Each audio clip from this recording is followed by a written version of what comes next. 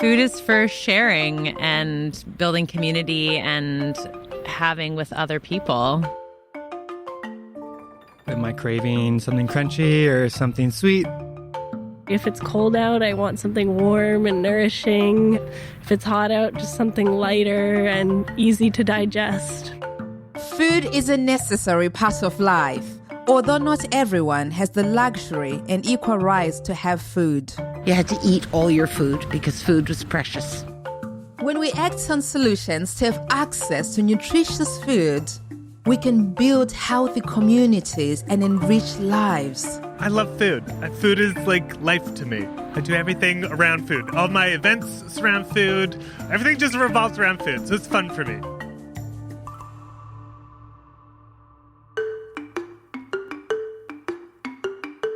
Welcome to Better Food, Better World. I'm Elizabeth Nyamayaro. With an economy crisis, fragile supply chains, and dealing with conflict and climate change.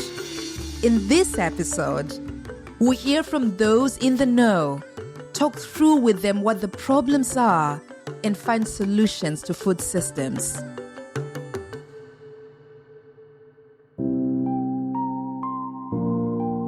Food reaches your table in various ways, but do you actually know where your food comes from?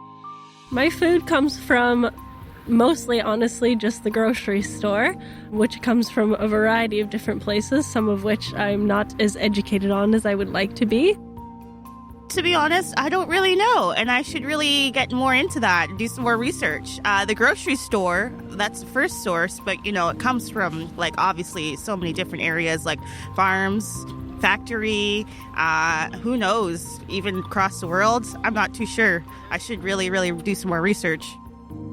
Although buying at your local grocery store supports local businesses, it can still mean, though, that your food was grown a million miles from your plate and arrives after a very complex journey. Let's chat with Alex Marinelli, Director of Supply Chain Operations at the World Food Programme.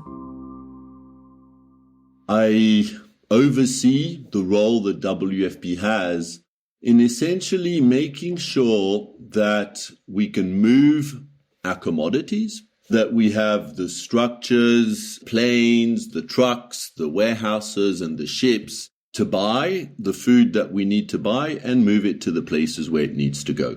It's not exclusively about moving food. It's a very large machinery. So my role is to make sure that our people, our operations are equipped with the finances, the tools, the expertise that they need to essentially carry out this massive mandate. It's a big part of the World Food Programme, the operational, logistical aspect of it. And so I oversee much of that. Wow, Alex, that is just so incredible. I mean, I can't believe I'm speaking to the man who makes it all happen. You are sending planes and trucks and ships to reach the people that need access to food. It's an enormous task. Tell me something. How does supply chain link with food systems?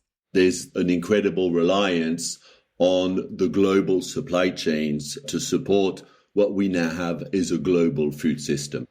I remember some years ago speaking to my great-grandmother who could not believe that one would eat oranges and mandarins in summer because there's no such thing that's being grown.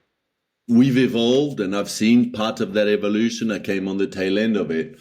Essentially, the food of the world that we consume, especially in Western society, is a product of essentially globalization. So the reliance on supply chain, and by supply chain, to make it a bit more crystallized, what do we mean by that term? Well, we're talking the transport systems, be it global, regional, or local.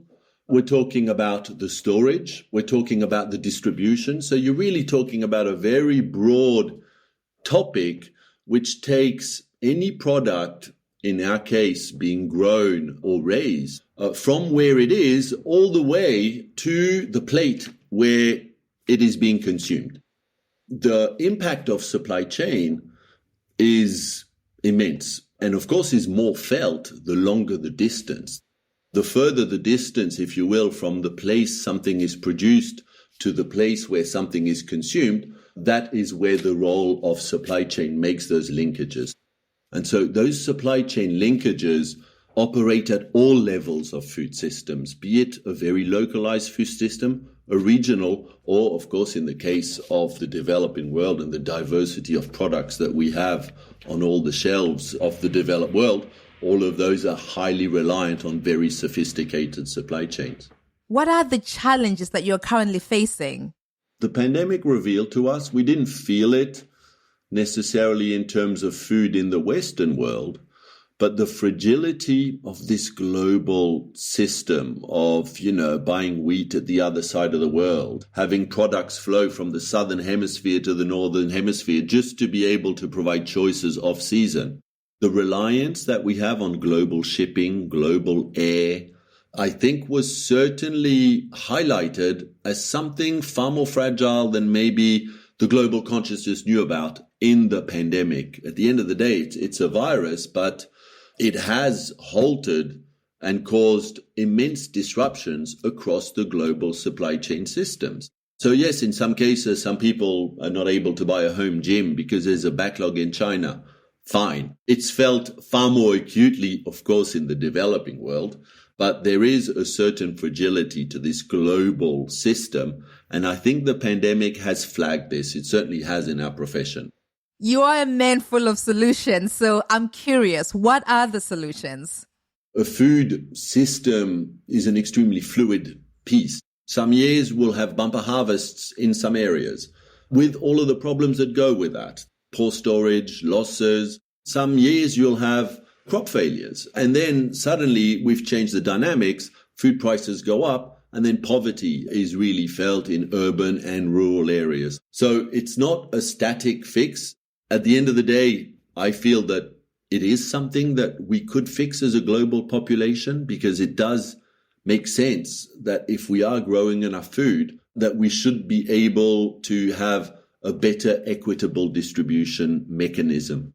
I don't think supply chain is the issue that is blocking it, but we are talking about issues of equity. We're talking about culture. The dietary habits of many of us, we all expect to have at least 12 different types of meat at the shop. And that has become a norm. It's become a norm to not even question where food comes from when you live in this privileged part of the world that we do. While, of course, in other areas, being able to eat becomes something that becomes a luxury. That dichotomy is something that I believe can certainly be addressed. Food is for nurturing and sharing and family. Food is for nourishment, for healthy communities, for culture. Food is for sustenance and community. Food is for a healthy development of the human body and mind. What food is for can mean very different things to different people. Yet in reality, you may not like what you hear. So the ideal answer is food is to nourish people. And that's actually what it is by definition. I mean, by definition, food provides nourishment. Nourishment, by definition, promotes health. The reality is that food is to make money, and that's the way the world is organized currently. That doesn't mean everybody in the world who is growing food makes money off of it, but it does mean that that is the tendency, and that is certainly where the corporate food world has gone and continues to go, and it's trying to impose that structure, the structure of growing, producing, processing, shipping. It's everything right up to eating food as a money-making enterprise rather than as a promotion of health in humans enterprise. That's Mark Bittman, who's been writing about food for 40 years and has become especially concerned about the relationship between food, humans, and democracy. How do we build a food system that healthily feeds as many people as possibly can without crippling the environment, without exterminating other species, without exploiting workers, etc.? We might agree on that, but we don't have that we're unable to have that conversation. We don't have the power to create a food system like that. So it really is this anarchic system of an arcane system of global trade, global growth, food as power, grow as much as you can of crops that you can make the most possible money on, regardless of their nutritional value, impact on earth, cruelty to people or other species, and so on and so on. So if you want to call that a system, that's what the food system is. And then they say things like the food system is broken, but the food system works perfectly well for the people who are running it. It's chemical companies, it's seed companies, it's machinery companies. They're all acting in their own interests. They understand that their power is counter to democratic power and that they want to impose their will on as many people as they possibly can. And they want to impose their will on governments, and they've increasingly succeeded in doing that. Mark, you're saying that food is a money-making system. How is that impacting people? At least 500,000 people die a year of preventable chronic disease, and the driver of that chronic disease is diet. And the driver of diet is the so-called food system that we're talking about. It's junk food, it's ultra-processed food, it's a heavy reliance on animal products and processed flour and corn and so on. If you want a healthy diet, you should be thinking legumes, by far the most important source of protein in the world, and whole grains, the most important source of calories in the world, with plenty of nutrition. Those two things augmented by fruits and vegetables, you're all set. Meat, dairy products, optional. Are you worried about our future? It's going to be worse if we don't structurally improve things. It's going to be worse. And I don't know whether it's that we've lost a sense of community, or we don't talk about morality enough, or that there really was a class struggle and the ruling class has won and everyone else is hopeless. We are a species. Our children should matter to us. Our grandchildren should matter to us. It's not going to be around forever. So it really is a lack of future thinking. And we know that, but we don't act like we know that. What was I told as a kid about healthy eating was to eat what was on your plate and everything that was on your plate until you sat there, until you finished eating what was on your plate, even if it was tomorrow at breakfast. My parents always told us, eat your fruits and vegetables first, and then you can have more macaroni. I did eat vegetables whenever my mom would cook, because she'd always make sure to have vegetables with her meals, but I ate way too much junk food as a kid. Food's always been a complicated thing for me. You know, when it comes to like weight and self-image and all that kind of stuff, there's all these labels about what is good food and what is bad food. And yeah, it creates this whole kind of weird dichotomy in your head of like, well, I think this is healthy, but then you learn that it's not. My Caesar salad, you know, it's green, it's supposed to be good for me. And you're like, oh no, that's just pure fat. You gotta relearn everything. Relearning is something that we all need to do, especially if we want to teach future generations to do better. It's really quite worrisome. It's frightening. And today what we know from what little data is available is we're not seeing what we want to see on the plates of people. Meet Dr. Purnima Menon, a senior nutritionist who speaks to us from New Delhi. Purnima, people say that the food system is broken. Is that true? I find it really important to center ourselves on people and on trying to understand what is happening people and for their diets, because it's only when we do that that we begin to understand, how other parts of the system are really doing their job, especially with the diets of the people who are most vulnerable to the impacts of poor diets. And that's especially women and children and adolescents. And what I see from that is that things are really broken, survey after survey, data set after data set. What we see when we interview people and when we collect data from people is that people's diets are not what we would aspire to from a nutrition or health perspective. They're predominantly cereal dominated, very few fruits and vegetables. Protein sources are really limited. And quite worryingly, the consumption of unhealthy foods, either ultra-processed foods that are packaged or foods that are made locally but that are based on cheap ingredients like starches, sugars, and oils. So I'm very interested in being able to look at people's plates and then walking back through the food system to understand, why is it that you have so much of X and so little of Y? What are the challenges you're trying to address in your work? One of the goals we're trying to achieve, which is, to really help people put better food on their plates. And one of the things we really need to understand is, what is on people's plates today? Where is it coming from? Why is it there? And what will it take to make the changes that maybe people need to make? These are just really reflective of what's available in their ecosystems, what's available in their food environments. And what we're seeing is just a preponderance of, foods that are not as diverse as they should be, not enough fruits and vegetables, in some parts of the world, certainly not enough protein.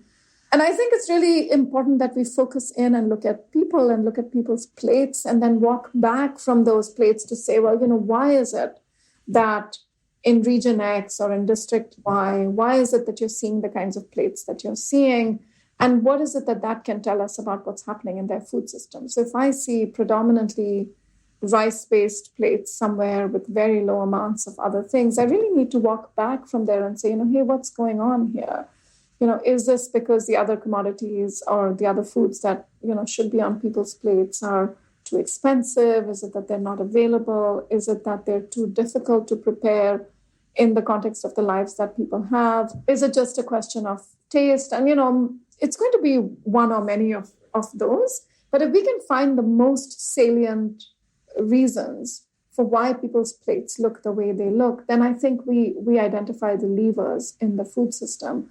One of the things we're learning a lot about in research that my colleagues are doing in South Asia, for example, is how expensive it is to meet the current dietary guidelines. So they've done work that combines information on people's economic status with the foods that are on people's plates and comparing them to the nutritional guidelines for, say for India. And you really find that, majority of people actually can't afford a diet that's recommended by the National Institute of Nutrition in India, right?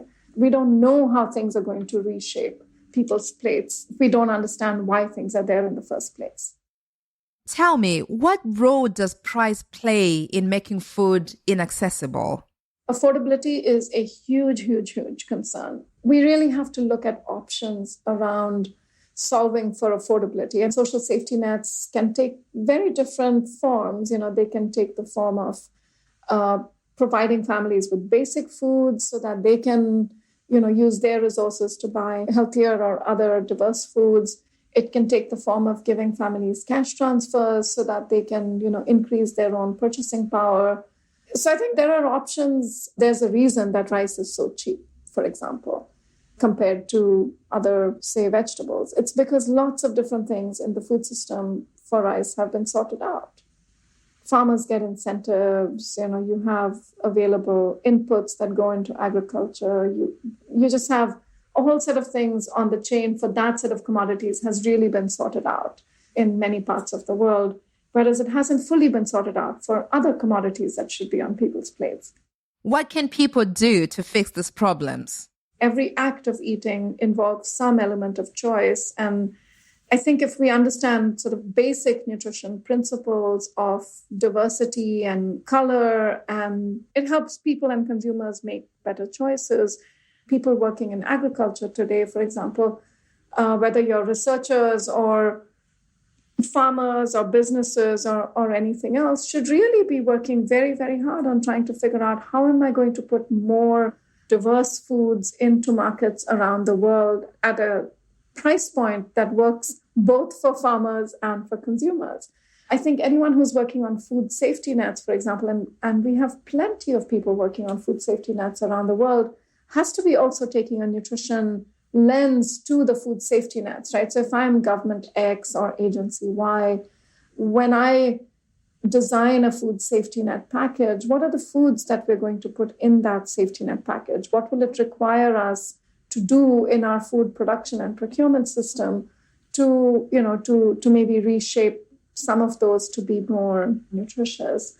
And then last but not least, I think we have to take a very strongly gendered perspective and a lens to this. We live in a world where women are bearing the burden of food acquisition, food preparation, caring for people around food. At every level in society, women are playing these roles. And yet in policy, in programs and in other places, the centrality of women and the burden on women of producing and putting on the table healthy meals is rarely considered. I've lost count of the number of policy conversations I've been in where people can very easily throw out the idea that, everyone should be eating, 3 diverse, healthy, cooked meals a day. And there's a part of me that looks at that and says, well, who's going to prepare those meals? Are we having those conversations? Because if we're not having those conversations about the practicality of putting healthy food on tables, we're not considering gender. We're not considering the burden of what this means for women. Everyone needs to eat healthy. And then the burden of assuring that everyone eats healthy or diverse foods cannot just continue to fall on women. Purnima, what is your wish for a better food, better world? I work a lot on child nutrition, and I find us having too many conversations that are child-centered and not family-centered. And so my wish is really that we consider the fact that children live in families. And I would love to see a world where families have the wherewithal and the support from societies to be able to nourish their children and to put healthy meals on the table for their kids.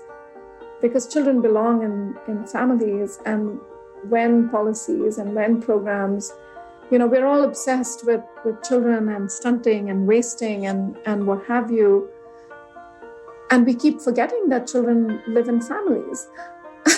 We forget that what we need is to support families.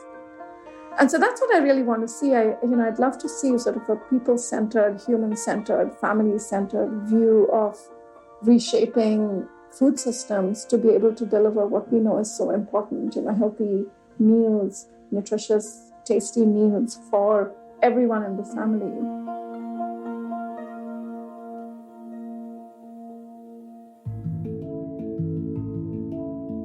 I often find that once we make the decision to create a meal, the options for what to make can be so overwhelming, which can lead to unhealthy choices. So how do you decide what to eat?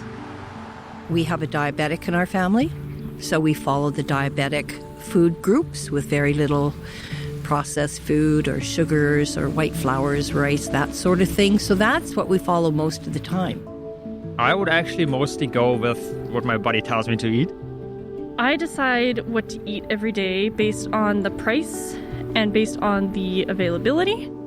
Because I am not known for my cooking, so level of effort and how quick I can get it in my belly.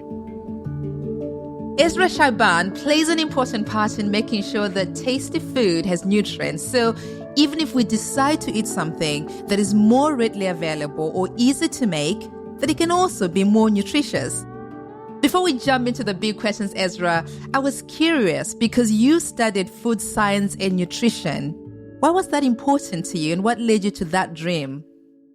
It happened during the war. We could have barely finished our education. It took way too long than the possible or the usual timing for the graduation from the high school. And then I figured that just as I saw people who are getting hungrier during the conflict in Yemen, the pain and everything, and I realized how food is really important to our society. I tried to look it up in Yemen, but it was not that developed.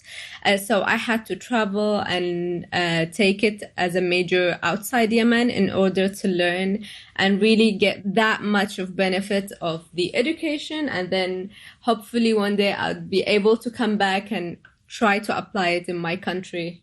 So now that you've graduated, can you tell me a bit more about your work as a quality control officer in the food industry? Basically, what we're doing is that we're ensuring that the products, which is from flour base, are up to the standard, are always modified in order to meet the needs of the people or the country that we are sending our products to. One of the countries are actually Yemen.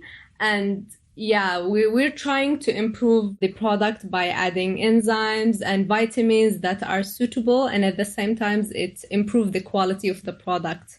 Can you just expand a little bit more about why you are adding enzymes and nutrition to the food. What is the challenge right now that you're trying to solve for? Whatever food we're adding, for example, bread, if you're adding just flour, of course, some of the additives are natural additives, such as the salt. And if you're not measuring them precisely, it can actually affect the activity of the enzyme and the bacteria. It can actually reduce the life shelf of the product. For example, if we're not adding the proper amount of vitamins or minerals or etc., it can actually make the food get rotten faster. And that is why it's really important to add these additives to also increase the value of the product. So instead of me trying to eat so many kind of products to just get vitamin B or vitamin A and etc., you can eat one product that has a higher value. The major thing about food production is how can we extend the life shelf of any product as much as possible without actually losing the value of this product and making it more nutritious. We feel so safe that you are out there trying to create a better world and a more equal world, especially around food for all of us. As we look to the future, when we think about 2022, what do you think we need to do to end global hunger? First of all, we need to finish the conflicts. This is essential. We're talking about countries that are completely damaged. The food network is completely distracted and cannot even function to provide the basic needs for the people. So what we can do, it's actually a two-sided responsibility.